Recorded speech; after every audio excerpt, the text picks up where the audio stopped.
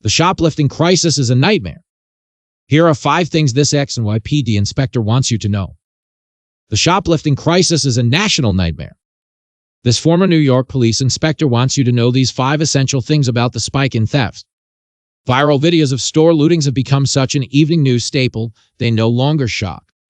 The recent attack on a California Nordstrom by 50 youths, resulting in about $100,000 in losses, stood out only for the gang's use of bear spray on security guards and for the inevitable bear spray posse memes. For so many Americans, such videos are now accepted as simply another marker for urban decay. So is this the permanent new normal? And if so, what's driving it? As a rebuke to the broken windows era of policing, in which an imposed sense of order was the key to preempting crime, legislatures across the country have instituted new regimes that are all carrot and no stick. The result has been a sense of impunity among some violators that borders on entitlement.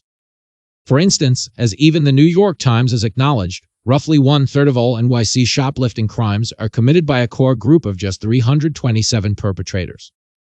For these perpetrators, the incentive to discontinue their current lifestyle has been removed, so they choose to continue. Imagine that. That this behavior metastasizes can be demonstrated by a startling revelation. Again, according to the Times, not exactly an advocate for draconian enforcement, over 90,000 delivery packages a day are stolen in New York City. You read that right. Tellingly, for 2019, the year that statistic is from, the NYPD only recorded a total yearly number of 132,565, roughly a day, and half's worth by the Times numbers. So where are the other 363 days worth of crime complaints? In the case of stolen packages, most victims have clearly decided that's just the way things are and complain instead to Amazon and other shippers, who generally just ship a replacement, and if you don't think that cost is passed on to consumers. In the shoplifting context, this manifests in the fact that many, if not most, shoplifting incidents go unreported. Shopkeepers fear the civil liability of an incident that blows up into a claim of injury by the perpetrator, which at least could drive up insurance costs. The security guards, often moonlighting cops who need the money, can't afford to be involved in too many such incidents. Again, insurance companies could end coverage and they'd be fired. Even police departments are incentivized to underplay shoplifting. $200 in stolen baby formula is, at worst, a petty larceny report after the fact. But a struggle between a security guard and a shoplifter bumps the incident to a robbery, one of the so-called 7 majors that crime indices track.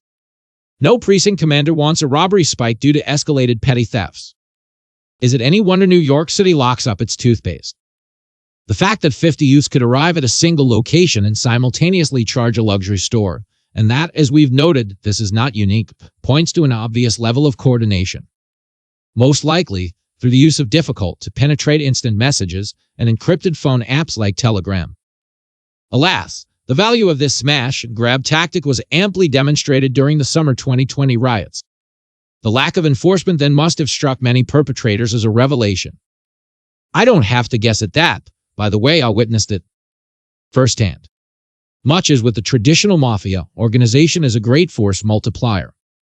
Today, the stolen goods are almost certainly fenced to buyers who flip the stuff for profit online, with the internet making the market global. It's a difficult structure to break. That the videos almost always show groups of black youths gang rushing these stores has induced a cognitive dissonance and collective silence from our media class. Clearly, this is not how the criminal justice reforms were supposed to look. But there is simply no response within the media's worldview that does not run the risk of eliciting the dreaded cry of racism. And never mind the more lethal results of the reforms, in which young black males are disproportionately the victims. The results of all this are visible. Residents fleeing, storefronts boarded up, neighborhoods bereft of even basic grocery stores. Our major cities have begun to look and feel gangrenous. This is the part where I am supposed to offer solutions and sunny predictions. My answer is nothing. There's nothing to be done.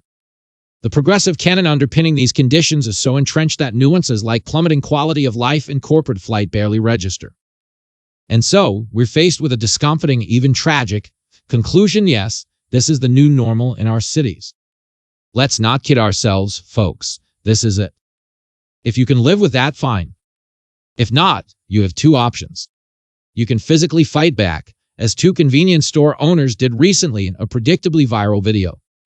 as Jose Alba did, as Daniel Penny did, thereby risking felony charges yourself. Or you can just leave, as so many residents are doing. Are there any signs of an awakening? Perhaps. In Washington, D.C., a black city councilman recently advocated for calling out the National Guard to combat crime conditions there. Not the best option. But at least D.C. is a public official capable of recognizing conditions on the ground. Unlike Chicago, which recently rejected soft-on-crime Mayor Lori Lightfoot for equally soft-on-crime Mayor Brandon Johnson. Unlike San Francisco, where the federal government just told employees to work from home due to rampant crime. And unlike New York, which not only refuses to renounce its sanctuary city status, but which has decided to close Rikers Island, its troubled local jail, thereby cutting the citywide prisoner bed count by 40%.